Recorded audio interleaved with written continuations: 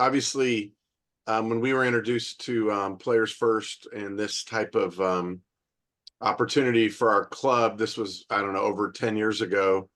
And, obviously we got set up and we started utilizing it. We also had another resource that came from our resort partner, the Waldorf Astoria at Monarch Beach. And they had a similar type of program, not Players First, but very similar, that they sent out to all of their resort guests. So we had, at the exact same time, we started getting a lot of information, a lot of feedback from our golfing clientele. And then we got a lot of feedback from our resort guests that played golf, and potentially, there was some overlap and sometimes it wasn't.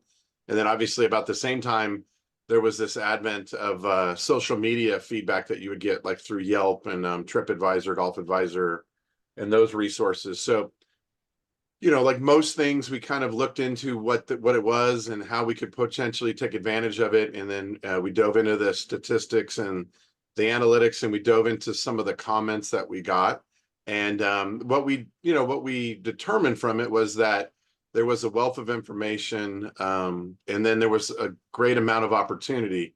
And we had to create a culture, which we think we've done a fairly good job at, where you have to be, and I think Peter spoke to it, that you have to be humble enough to know that the information is positive and negative, and that it's both beneficial and could be, if not taken care of correctly, it could be actually detrimental in some cases, because you are receiving some raw feedback and a large amount of that feedback. It's not like if you just survived on Yelp, for example, you would just get one review every month or so. We're talking about hundreds of reviews in a given month, depending on the volume of play and the number of participants that responded. And in the case of Monarch, we're talking hundreds and hundreds based on all the other avenues that we were utilizing. So Peter, what we did is we set a goal, because we saw a trend that was forming, and we tried to dive deeper into what was creating the trend. And then we created some goals that we wanted the net promoter score to be at a certain level that we felt made sense. It was, obviously an improvement from the prior year. It was an improvement compared to our, the benchmarking. We also cared kind of how we were benchmarked, not only to the comp set in the marketplace, but the comp set nationally, but also the comp set within our own company, because obviously, as we all know, we get compared to each other in our own companies. So that was something that that we looked into. So I think, my answer to this question would be, we adapted this philosophy and we embraced it, and then we used it as a goal setting mechanism, and then I use it as a mechanism to hold my team accountable. So when we get feedback, we do it with the idea that we want to address it professionally and quickly. We have like a 24-hour rule for responding. We want to make sure that we're professional when we do respond. We want to make sure that we're gracious in the sense that potentially we would offer a refund or a rebate or a discount in the future or some sort of concession. So I mean, there had to have been like a very structured plan in place for us to take advantage of this the right way. And when we did that, we started to see some elevation in those numbers. And again, what you're looking at here is a grid. And I can tell you that I love statistics. I don't know if Peter even knows this, but I took it at UCLA. I thought it was like one of the only classes I attended, and it might have been one of the only A's I got. So I kind of like it. So, but I also read more into it. So I see a bell curve or a curve that goes up here. And I do think that's attributed to a lot of things. I also know that COVID fell in this space, and I know that 2021 was kind of the volume of rounds that we all had.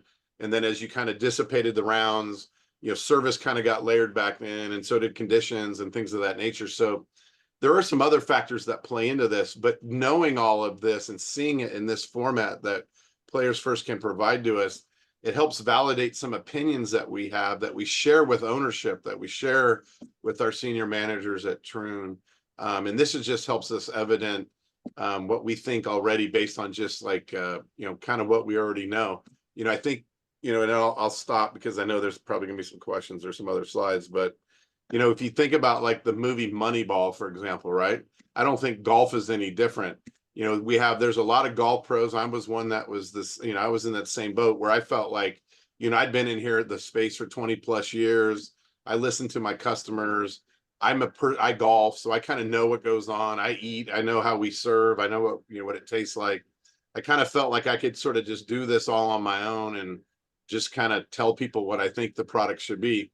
But that doesn't always work. And this is a great mechanism so that you truly know what the general public thinks, what the consensus of the group thinks, not just what you think. So it validates your own opinion, but then it gives you the backup that's needed when it comes to speaking to your team, your management team, your hourly employees.